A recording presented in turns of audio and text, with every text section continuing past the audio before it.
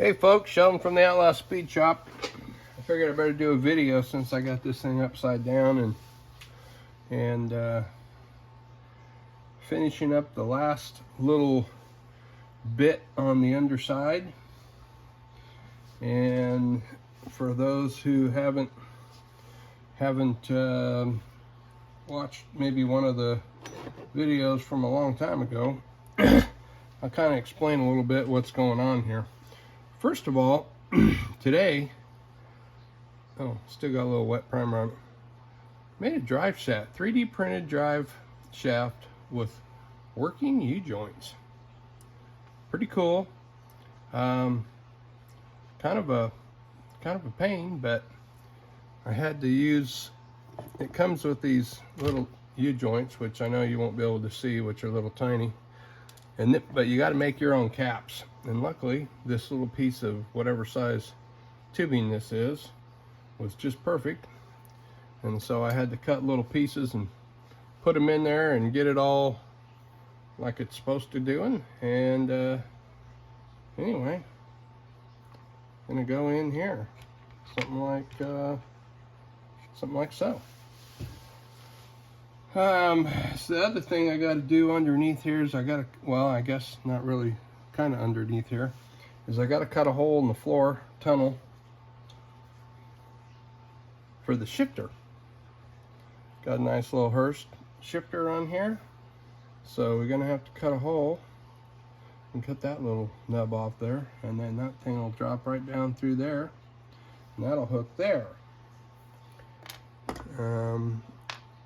So there's that, and I got my steering column, and obviously we need some paint up here. We got all that. I don't know if I'll be able to show, well, kind of one thing or the other. I'll just anyway, got the trunk mounted on, hinges up and down, like so. And I got hopefully, can we see this? Am I in the right spot? There we go. Let me get this. We got our pedals with master cylinders and our sprint car steering gear in there. So got that in there. So the next time I put the body on will be the last time, hopefully. I've got to glue the interior in it, and then I can set the body on. And got the dashboard here. I'm waiting for some instrument panel decals. And so anyway, once I put that on, I got to paint that little piece. That little guy drops through there, holds everything in place. And we got to put our little gas pedal on. Vroom vroom, loud pedal. So, need a little fixer upper there. So anyway, kind of the short story. We'll start with the front. And as you can see, I used the stock radius rods, or whatever the hell they're called. Can't remember. And I took the spring that used to mount on the top, and I moved it back. Moved the axle forward, and then mounted the shackles through the side of the wishbones. That's what they're called, wishbones. And that is how obviously you can see if that spring was, well, and I made that spring, but it's pretty close. I mean, pretty close to what the stock. Actually, it's actually flatter than the stock spring, so it would have been even more. So if you take this and then set it up on top of there where it used to be, you can see we're sitting sky high. So that's one reason. That's how we got the front to go down without any other modifications. The cross member stock, everything else, it was just a matter of moving the spring. Now the rear end is a whole different thing, and I hope that you should be able to kind of see here. It's all black, so it's hard to see. I'll get my little pointer out here. So what I did on the back is I took the wishbones and I moved them in a little bit, and then I made a cross spring, put in a cross member right here, put in this spring across the back, which I made the spring too. I made all this little parts and pieces, and then mounted it to the housing right here, and then we got our little shocks right there, and that's how we were able to get the differential so low. It's got, you know, would have a couple inches of travel if maybe not with my new U-joint on there. Might have a little issue there, but won't tell anybody. But so that's how we got the back down. I C-notched the frame, and so anyway, it's stock frame rails. All I did was C-notch the frame rails. So anyway, that's what's going on. It's getting closer. What's up, bud? Come on. Come on. What? Well, come here. You can talk. Oh. Mr. Buddy had to go to the vet yesterday.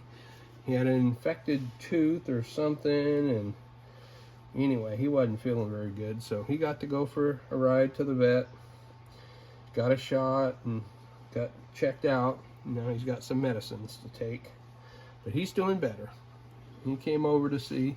He likes you folks out there in internet land. He likes to come over and say hi. Huh? Yeah. So anyhow, that's what's going on. This thing is coming down to a like I said, the bottom is going to be wrapped up here in a little bit, and all I gotta do is put the interior, glue the interior and all that stuff in, set the body back on, and then I gotta do some steering linkage, steering rods out on the outside, and some you know, put the radiator on, and I got to make some hoses, got to make some radiator hoses, and mount the fuel tank, and some fuel lines. I think I'm gonna mount, let's see if I can find, there it is. So here is my fuel pump, and I think, I'm not sure, it's upside down, so I'm not sure which side I'm gonna. Anyway, I think this thing is going to mount inside the frame here somewhere, and probably this side, because this would be the passenger side. So anyway, it's probably going to mount like right here, and then the fuel line from here will go up around the back to the fuel block, which is right here, already made up for the two fuel lines for the carburetor. And so we're going to have two. We're going to have an inline and we're going to have a return line. So that's what we're going to have on the tank. We're going to have a inline and a return line. And so we got that. Like I say, we got the shifter. Let's see, in our little bag of parts here. Okay, I got some tail lights left, and I got to make seat belts. So I got these, got the 3D printed seat belt stuff. So I'm gonna have to make seat belts. And then I got these tail lights, which I don't remember what they are, but they're in this cute little bag with marijuana leaves on it, which is kind of cool. So I don't know, they're some kind of off-brand, off-year hot rod. Anyway, they're cool. So I'm gonna mount those, and still debating how or what to do with the headlights. Can't really go street racing at night if you don't have any headlights, so I'm gonna have to.